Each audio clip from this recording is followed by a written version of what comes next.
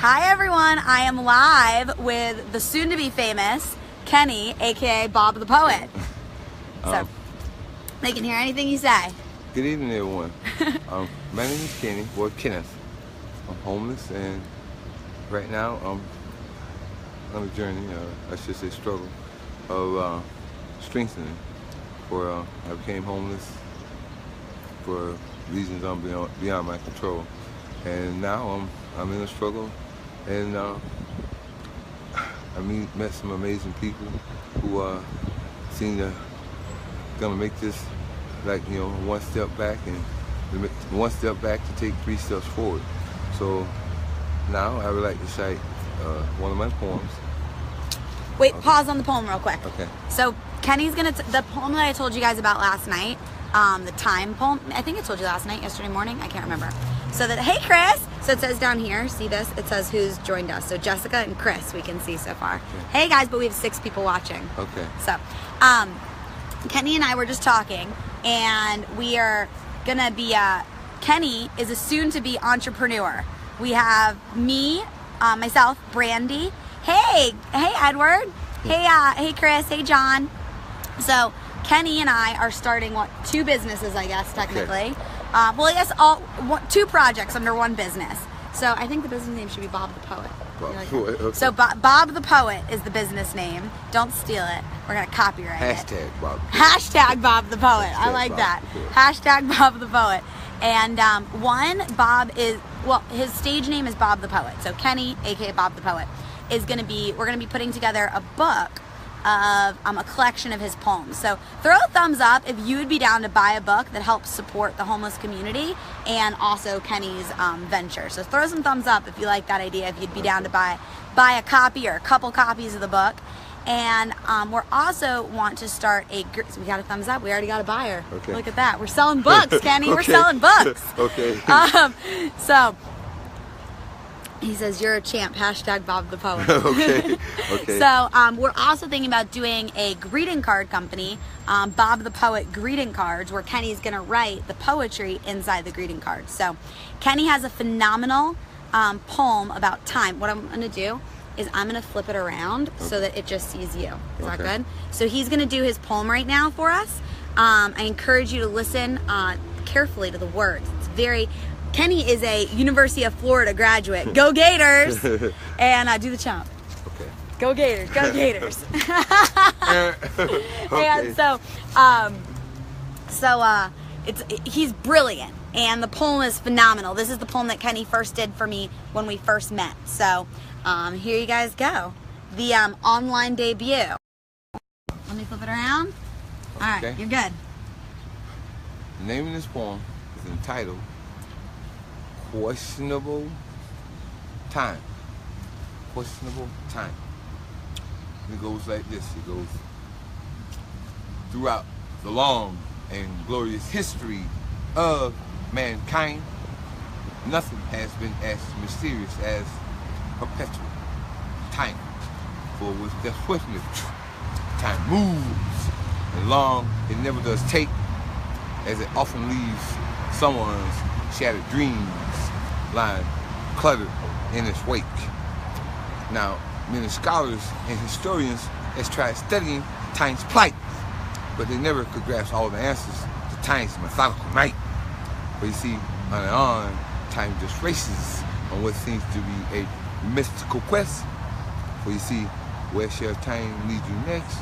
Well, you can only take an educated guess.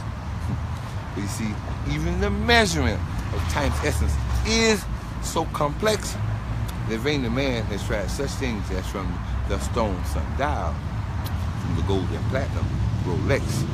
You see, time just continues on its journey, never ceasing to yield, as mere mortals feel the moment time just stands still. Now, such a magnificent wonder must have been the creation of God's blessed hand. But you see, time's essence is that vague something that man could never fully understand. So bowing to time's complexities, since our Lord Christ Jesus' redeeming death, man now reverently counts all the long spans since he righteously left. so enslaving to time's essence. All humans seem born to be, but see, not I. You see, I boldly rejected such a silly notion. You see, I did not even let imprisoned time become a master of me. But you see, the secret you see is you never sit around just trying to figure out time's amount. You go forth and you enjoy your precious life by constantly praying and striving to make your time in this world count. Thank you. Woo! Applause for Kenny, everyone. So what I find super incredible about Kenny's poetry is that he has, I don't know, dozens of poems memorized, fully memorized, that he has written himself and recites them when we go to Art Serve. Can recite them just on cue. Like, I didn't even prep him and tell him today that he was going to recite that poem. He, do you have it written down anywhere? No, I can't write it. Oh, he from gout. No, I cut my finger out. So I can't hold the pen. I can write, but it's, you can't read it. Well, I can write them down for you if you'd like. You can write them, but I just can't write legible. Right. You know, because I can write legible. Okay. Okay. Somewhat. Sometimes. It depends. So, Kenny, I'm sure we have some artists listening. Some people who, either like to, do poetry or paint or express their art in other ways. What tips would you give for aspiring artists and maybe poets? Write what you feel, and don't be afraid to let it all go. I mean, write whatever you feel. I mean, what I write, what I've written, I wrote for me. I didn't care if anybody else would accept it or understand it. I wrote it trying to get a better understanding of myself and to express myself to others in hope that they will understand it. For, to me, understanding is right up there with my faith. For right now, only my Heavenly Father is the only one that truly understands me. For He loves me unconditionally and continues to be a part of me and guide me. And He's never have and never will forsake me. So, I mean, I write to express what I'm feeling, whether it's good, bad, or whatever. I write what I feel, and I couldn't even think about trying to plagiarize some of the other stuff that I read, because I'm an avid reader. I mean, actually, I love the classics. What's your favorite book? Huh? That's easy. Les Miserables by Victor Hugo. That's my favorite book. Why is that your favorite? Because I hate Captain Jabbit. I like that book because in Les Miserables, Victor Hugo literally brings all the characters to life. I mean, you could actually, for me anyway, I could actually, and now being homeless, especially now, because Les Miserables literally means the miserables. That's what French, Les Miserables, it means the miserables. And it's actually about a bunch of homeless kids that's surviving in in 1780s France.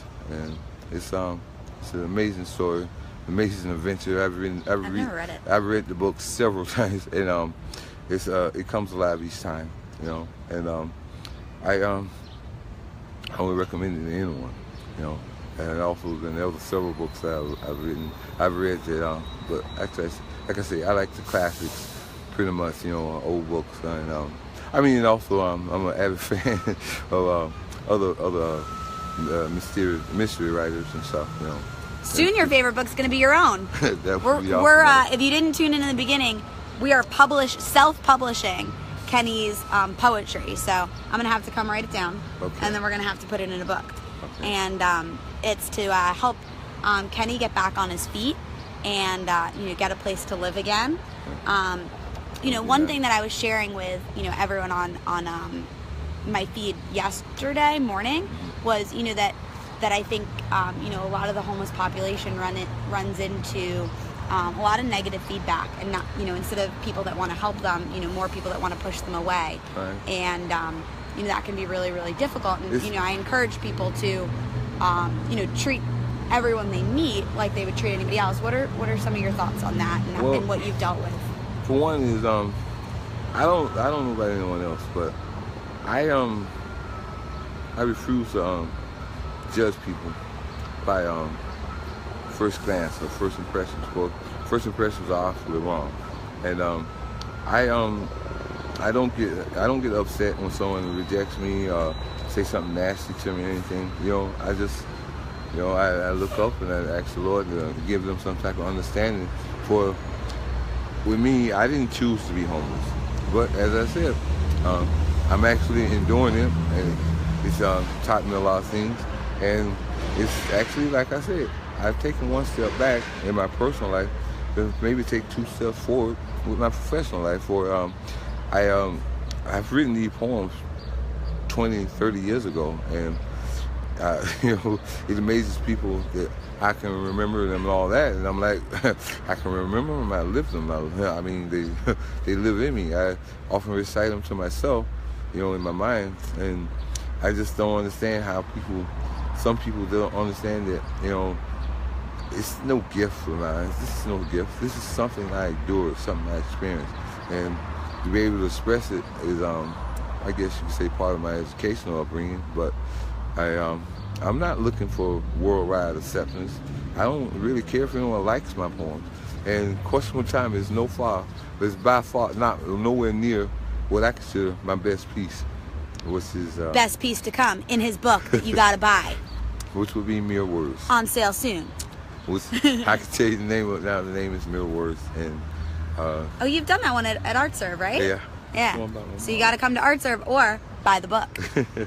But buy the book either way. Okay, but listen, I hope you people just understand that your artists live what you dream, and don't worry about trying to be famous and all that. For I didn't write to be famous. I mean, when I learned to read, I wanted to write.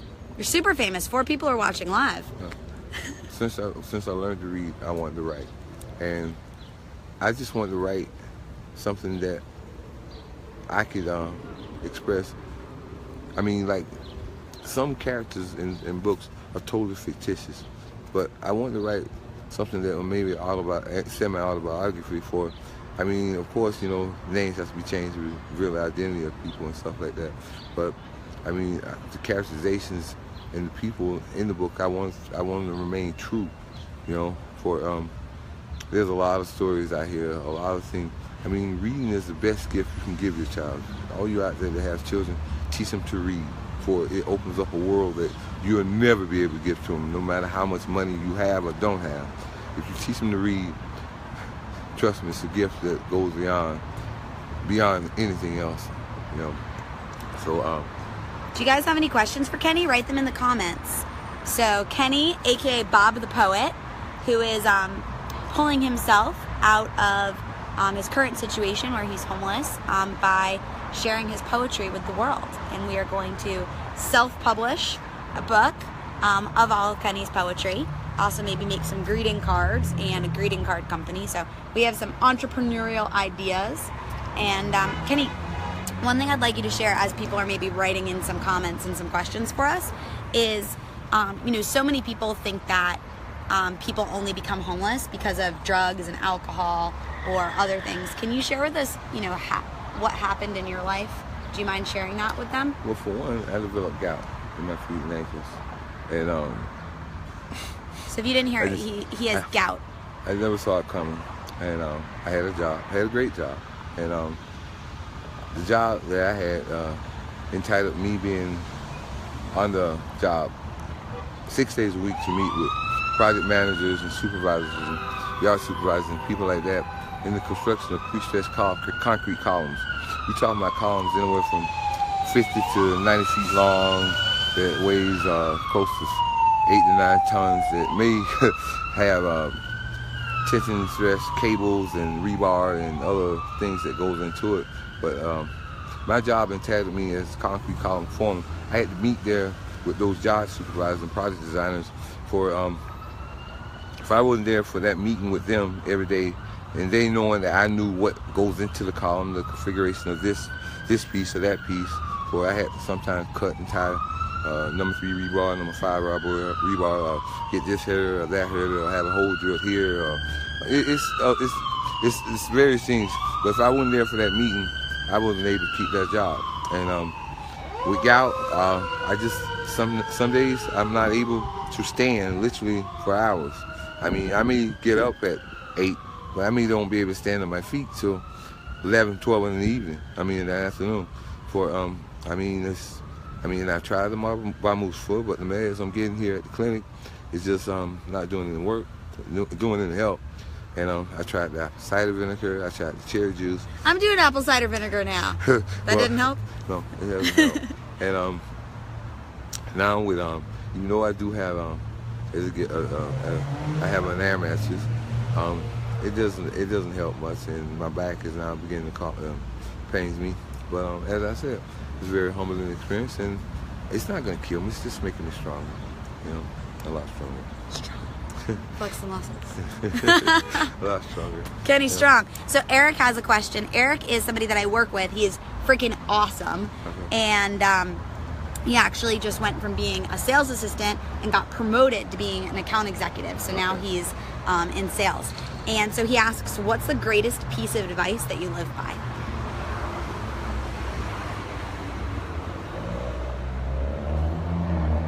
It's a tough question. No, it's not a tough question. It's one that I'm trying to express. To believe in my Heavenly Father and to believe in myself. For I know I am a much better person than most people may have perceived me to be. I know there's a better me in me. And I'm just gonna slowly and by God's grace and guidance, I'm gonna work to be the best I can be. I'm gonna continue to believe in myself. I'm gonna continue to believe in my Heavenly Father. For without those two things, I have nothing. I will be nothing. I'm not gonna let depression and doubts about other things interfere with my belief that I am gonna be the best me I can be. And whether that's a famous me or acceptable me is irrelevant to the way I feel about others, how they perceive me. But I just want to be the best I can be, and that's what I'm going to strive to be. And that's what I ask others to try to want that for yourself.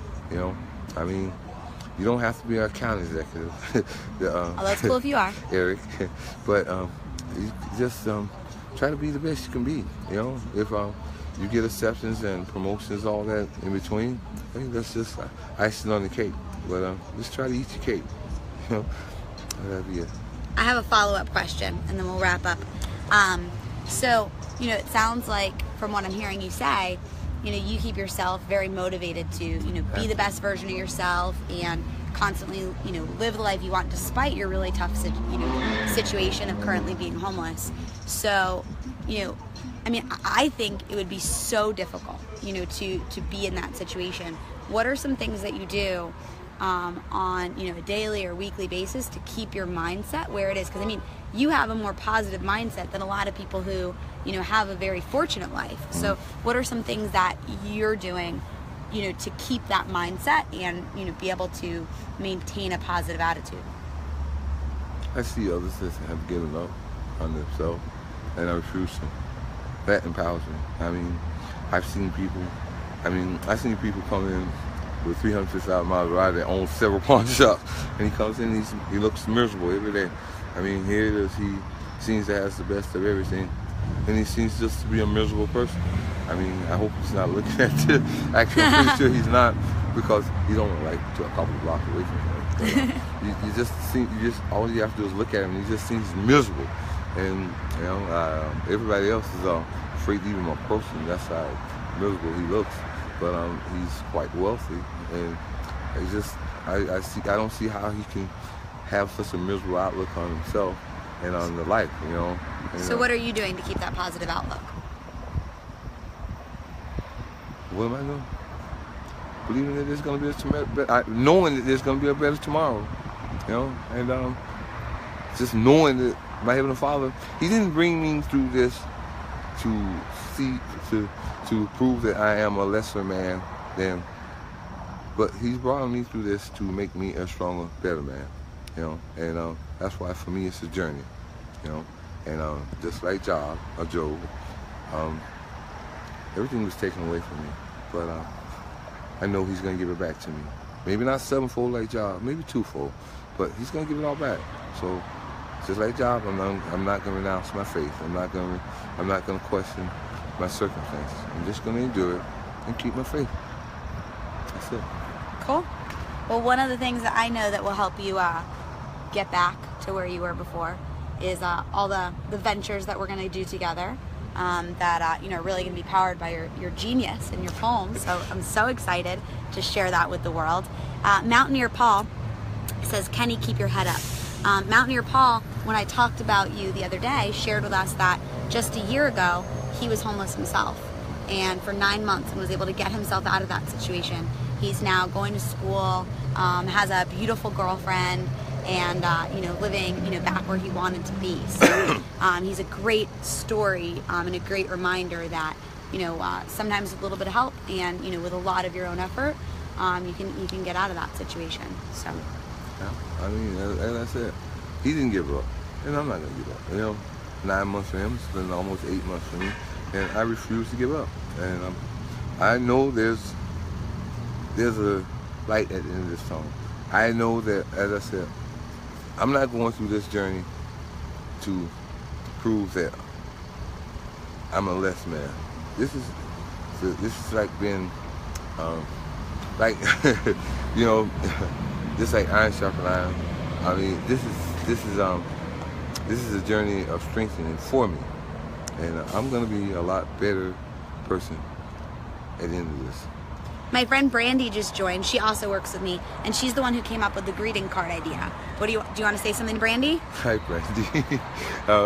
Hi, Brandy, and hopefully, if you work with Jan, hopefully I see you next Tuesday at Art Serve. Hopefully I won't go on last this time like I did last month, but I don't know. I hope to meet you. And, do you like her greeting card idea? Yes, I feel it's a great idea, and we got to get together somehow. Maybe finding a way for me to, do the writing part. Yeah, get them down on paper. He was saying that his hands are too physically damaged to be able to physically write. So I'm going to come back and we'll write some down together. So hope everyone has a great night. Hopefully this has helped give you some inspiration, but also some perspective, on knowing that everybody has a story. Whether or not you know that story when you first meet them, everyone has a story, and everyone has, I guess just, don't judge someone, before you get a chance to meet them and get a chance to look at, to understand who they are. Brandy says, I rose from the ashes and so can you. Don't put limits on yourself. Brandy said, doors closed so that others can open. That's right. That's right. One step back, take That's right. Thumbs up for that, Brandy. Thank you, Brandy. So, everyone have a great night. Kenny's Chick-fil-A is getting cold, so we gotta go. I got. Is it still there? I got bacon in it because I know you said that. You got bacon? Yeah, everyone loves bacon. Okay. All right. See you guys later. Have a good night. Thanks for tuning in. We really appreciate it.